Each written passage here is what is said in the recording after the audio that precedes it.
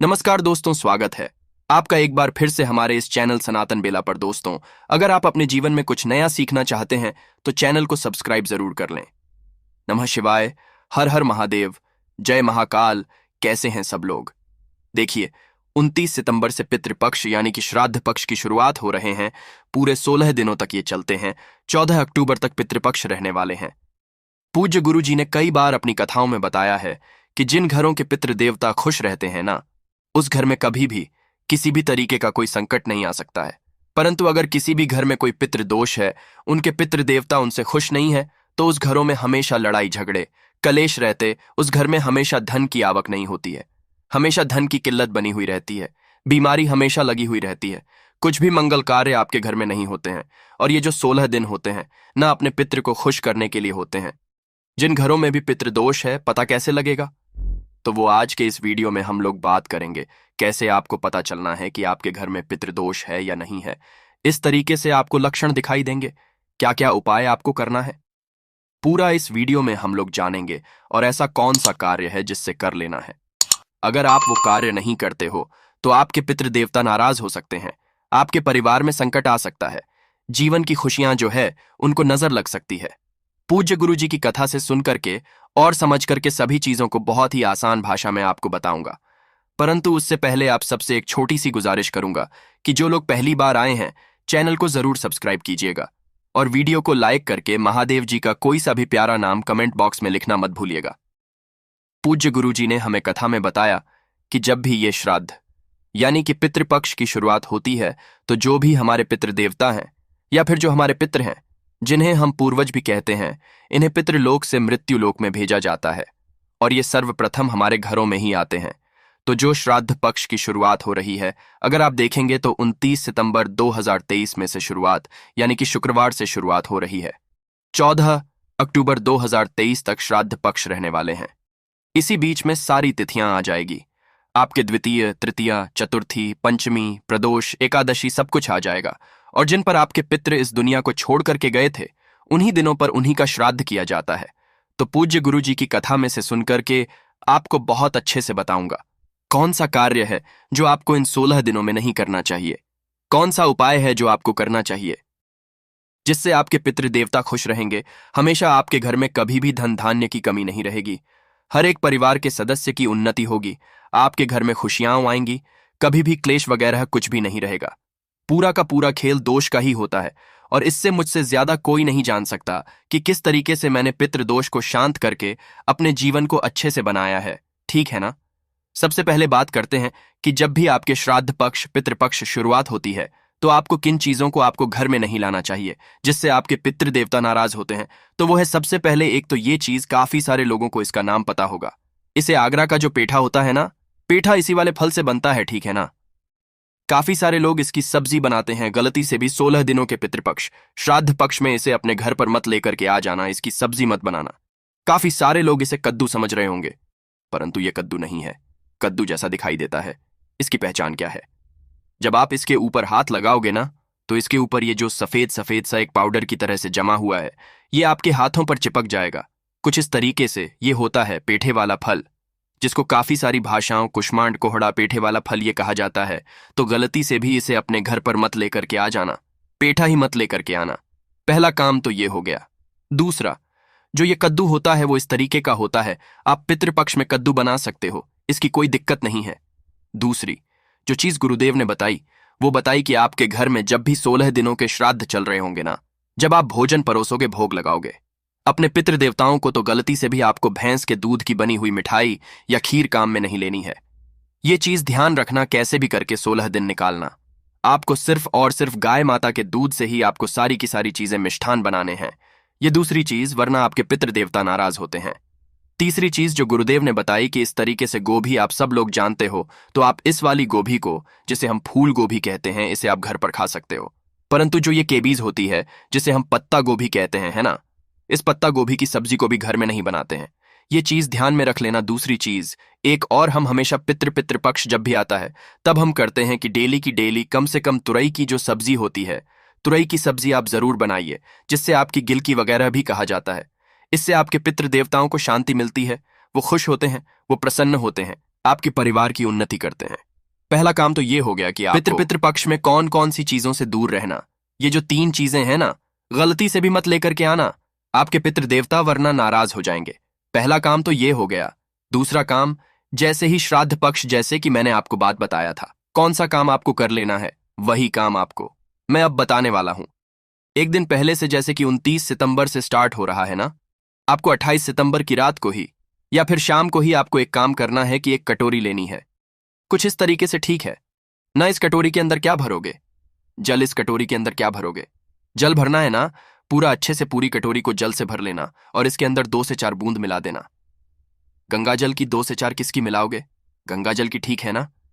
जब आप गंगा जल की इसमें मिला देते हो ना, तो ये पूरा जल आपका गंगा जल बन जाता है। इसी के अंदर आपको 2 सफेद फूल डालने हैं। कौन से फूल? सफेद फूल। इसके अंदर आपको 2 डालने हैं। अब ये जो कटोरी है ना, आपके किचन में जहां पर भी पानी पीने का स्थान है, जो कि आपके पितृदेवों का स्थान होता है, आपको 28 सितंबर के, यानी कि एक दिन पहले ही उस कटोरी को यहां पर आपको रख देना है। अगर आप 28 को नहीं कर पाए इस वाले उपाय को, तो मैं बताऊंगा आगे आपको कैसे करना है। वीडियो को पूरा ध्यान से देखिएगा। इसको यहां पर रख देना और इसे किसी भी एक पात्र से ढक देना।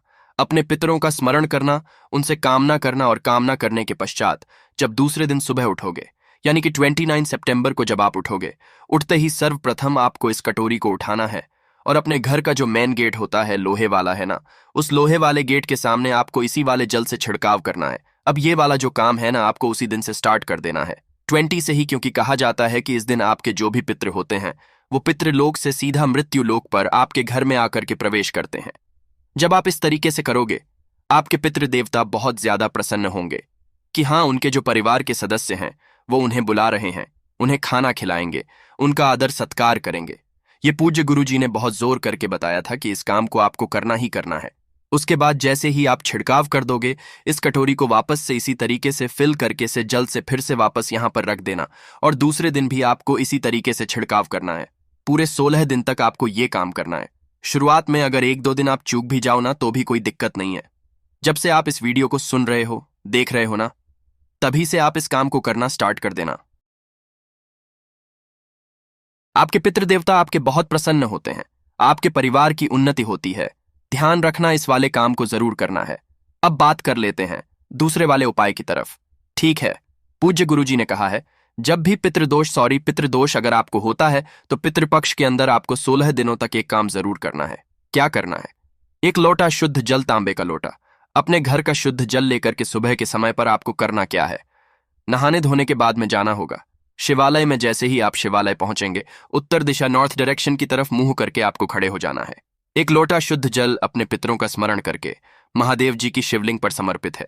जब ये जल आप समर्पित करेंगे, तो ये जल बहता बहता जलाधारी से नीचे की तरफ आकर के गिरेगा, और ये जो नीचे की तरफ आकर के धरती पर जो गिरता है ना, ये वाला स्थान होता है आपके पितृदेवों का किनका।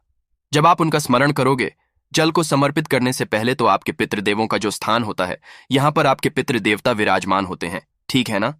इसी जगह पर जो भी जल आपका गिरा है ना, यहां से थोड़ा सा जल आप अपने हाथों पर लेना, अपने दोनों आंखों पर आपको लगाना है और अपने पितृदेवताओं का आपको धन्यवाद करना है।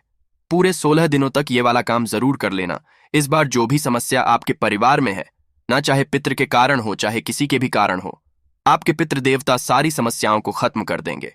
आप उन्नति के उस मार्ग पर जाओगे कि ये वाला साल देख लेना और अगला वाला साल देख लेना जो आएगा, वो किस तरीके से आपके पूरा साल निकलेगा। आप खुद से अंदाजा लगा लेना।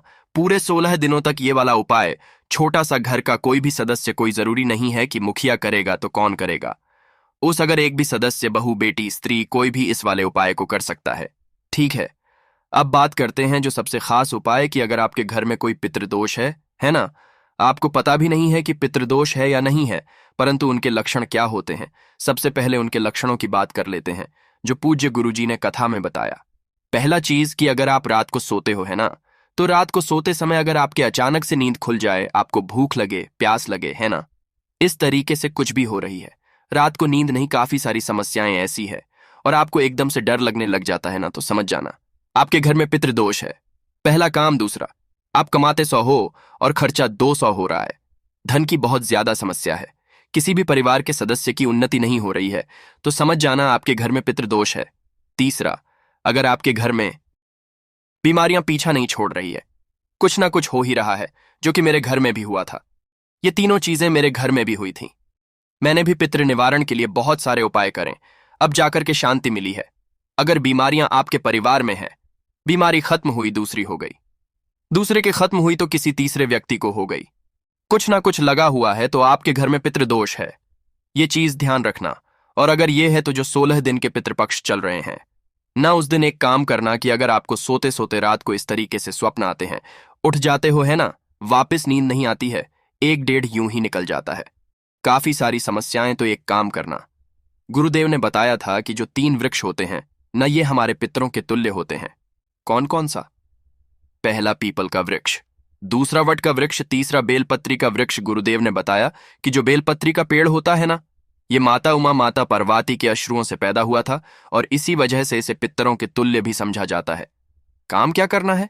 पितृपक्ष के अंदर आपको किसी भी दिन इस वाले उपाय को करना। एक स्टील का लोटा लेना। इस वाले उपाय के अंदर आपको तांबे का लोटा गलती से भी नहीं लेना है, स्टील का लेना। इसके अंदर आपको भरना होगा गाय माता का कच्चा दूध है ना, गाय का कच्चा दूध। अब भैया, अगर इतना गाय माता का कच्चा दूध ना मिले तो जितना मिल जाए उतना भरना, बाकी अपने घर के शुद्ध जल से भर लेना। पहला काम ये कर लोगे और इस जल को लेकर के है ना, इसके अंदर आपने क्या मिलाया? गाय माता का कच्चा दूध मिला दिया।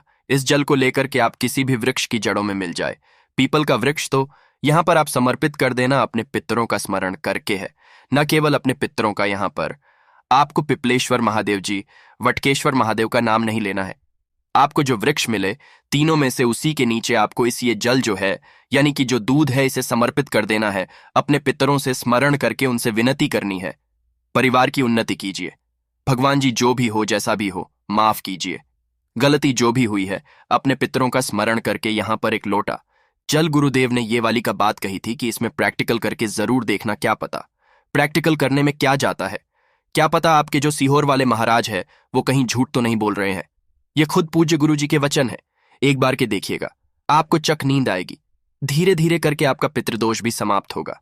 ये वाला काम जरूर कर लेना जो मैंने आपको बताया कि शिवलिंग पर आपको 16 दिनों तक जल चढ़ाना है। और दूसरी चीज, हर एक सुबह उठ करके आपको इस कटोरी का जो जल है वो आपके अपने घर के बाहर आपको छिड़क देना है। आपके पितृ देवता इतने खुश होंगे कि आपके परिवार की उन्नति होने से फिर कोई भी नहीं रोक पाएगा। पूज्य गुरु जी ने जैसा बताया वैसा आसान भाषा में